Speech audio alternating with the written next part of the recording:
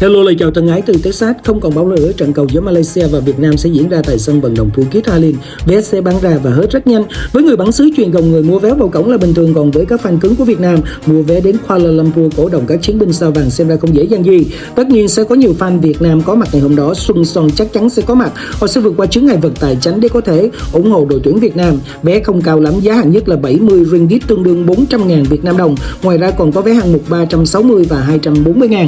Fan cứng của Việt Nam đến Malaysia phải đi máy bay cộng thêm khách sạn ăn uống. Người có thu nhập khiêm tốn sẽ gặp phải khó khăn.